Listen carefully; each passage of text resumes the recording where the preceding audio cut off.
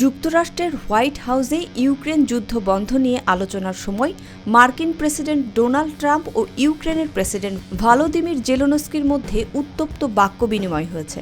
২৮ ফেব্রুয়ারি white হাউসের oval অফিসে ওই বৈঠক চলাকালে এই ঘটনা ঘটে।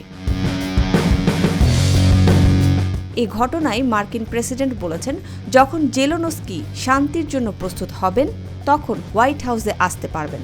মার্কিন প্রেসিডেন্ট দপ্তরের কর্মকর্তাদের বরাতে সিএনএনের এক প্রতিবেদনে বলা হয়েছে, শুক্রবার মার্কিন প্রেসিডেন্ট ইউক্রেনের প্রেসিডেন্টের যৌথ সংবাদ সম্মেলন বাতিল করা হয়েছে। বৈঠকের পর ট্রাম্প তার সামাজিক যোগাযোগ মাধ্যম ট্রুথ সোশ্যালে বলেছেন, হোয়াইট হাউসে শুক্রবার অর্থবহ মিটিং করেছি।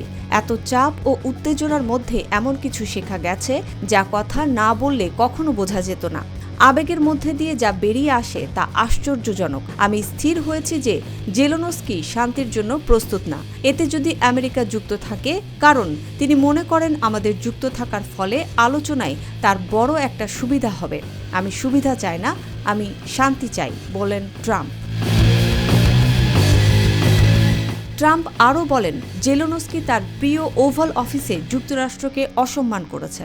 বৈঠকের শুরুতে ট্রাম্প ও জেলেনস্কির মধ্যে উত্তপ্ত বাক্য বিনিময়ের বিষয়ে নেতিবাচক প্রতিক্রিয়া দেখিয়েছেন ইউক্রেনের সামরিক কর্মকর্তারা।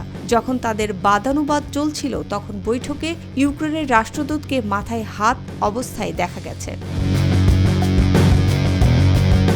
ওই বৈঠকের আগে ট্রাম্প বলেছিলেন, ইউক্রেনের খনিজ সম্পদ নিয়ে শুক্রবার তার সঙ্গে জেলেনস্কির চুক্তি সই হবে। তবে এই বিষয়ে এখনও বিস্তারিত জানা যায়নি। ডোনাল্ড ট্রাম্প দ্বিতীয় দফায় মার্কিন প্রেসিডেন্ট নির্বাচিত হওয়ার পর ইউক্রেন যুদ্ধের পুরো পরিস্থিতি যেন উল্টে যেতে বসেছে।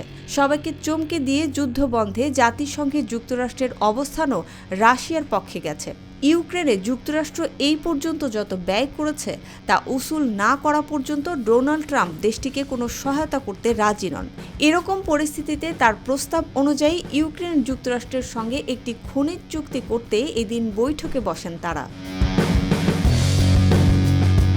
এর আগে আন্তর্জাতিক সংবাদ মাধ্যমে বলা হয়েছিল, প্রধান যে দাবি ইউক্রেন করেছে সেই নিরাপত্তা নিশ্চয়তা ছাড়া এই চুক্তি হতে যাচ্ছে বলে জানা গেছে। কিন্তু প্রশ্ন উঠেছে, এই ধরনের চুক্তি কি আদৌ সুরক্ষা দিতে পারবে ইউক্রেনকে? মুসবা আলিম তিন্নি, জিটিভি নিউজ।